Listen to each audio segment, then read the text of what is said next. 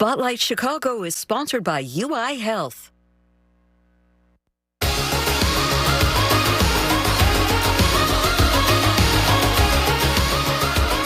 September is Aneurysm Awareness Month, and UI Health wants to educate you about when to get care and how to reduce your risk. Their neurology and neurosurgery clinic offers expert treatment for conditions and diseases of the brain, spinal cord, and nervous system. Dr. Gersant Atwal joins us with more. Welcome to the show, Doctor. Pleasure. Thank you for having me. So let's just start off with the basics. Can you describe what an aneurysm is? An aneurysm is like a bulge or a balloon on a wall of an artery.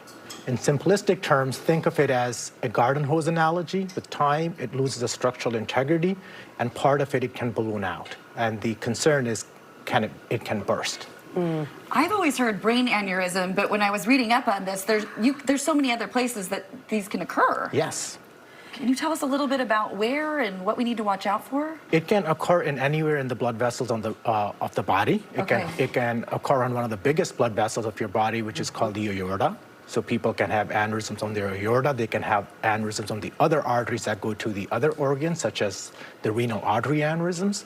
So they can form anywhere where there are big blood vessels that are supplying any organs. I think pretty much everybody that's an adult now knows of some story where someone out of the blue suffered an aneurysm, where the aneurysm actually burst and they needed to be rushed to surgery. But there are various treatments, right, for aneurysms? Correct. So the way we treat aneurysms, especially first and foremost, if somebody has an aneurysm that has bled, that's a medical emergency, get to the hospital. The way we treat aneurysms is that we can treat them endovascularly, where we treat them from inside the blood vessels, which are a little bit less invasive ways. And sometimes we have to treat them with traditional open surgery, where we have to make the incision and go into the cranial cavity and then treat the aneurysm that way. And we talk about whether it bursts or ruptures. Is that when you're feeling that thunderclap headache we all hear about? Yeah. That's exactly it. Okay. That is one of the takeaway messages that we want to emphasize, is that when somebody has an aneurysm that has caused a bleed, it presents as the sudden, severe, worst headache of their life. Okay. A thunderclap headache like they have never experienced before. I mean, if you do have an aneurysm, because I think we're under the misnomer that if you have an aneurysm, it's an aneurysm that burst, right? But does it always end up bursting, or do most people find that they have an aneurysm that just needs to be treated before, they find it before? It's a good question. A lot of the aneurysms can be discovered for other reasons when people get imaging for other reasons. So not all aneurysms cause bleeding. Okay. However, when somebody does have a diagnosis of an aneurysm, then the conversation becomes is whether or not should that aneurysm be treated, and that is a complex decision-making process. And I know some people are born with an aneurysm. You may not know till later in life, but can you prevent it? Good question. So there are three things that we talk about with aneurysms. One is family history, or your own history of having an aneurysm. The other one is high blood pressure and smoking.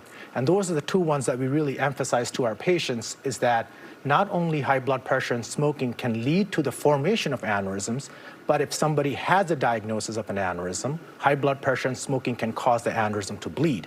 So those are the two risk factors that we really emphasize to manage very effectively in somebody who has a diagnosis of an aneurysm.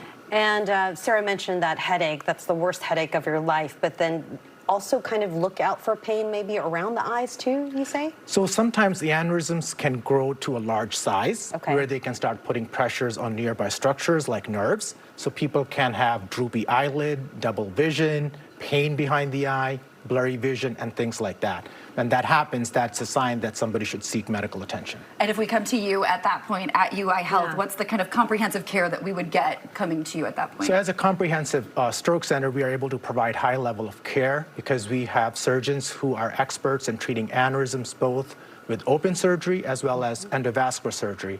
Additionally, we have teams which are dedicated to taking care of patients in the ICU after their procedures, like the neurocritical care team. We have our neuroanesthesia team who's dedicated to taking care of patients with these diseases during our procedures. And we have our nursing team who helps us take care of these patients on a daily basis so we can get the best outcome for our patients. Incredible. State-of-the-art care there. Thank you. Yeah. Thank you so much for being here. We appreciate it, Dr. Atwal. For more information, you can scan the QR code on your screen. Also, head to aneurysm.uihealth.care. Find them on the socials as well.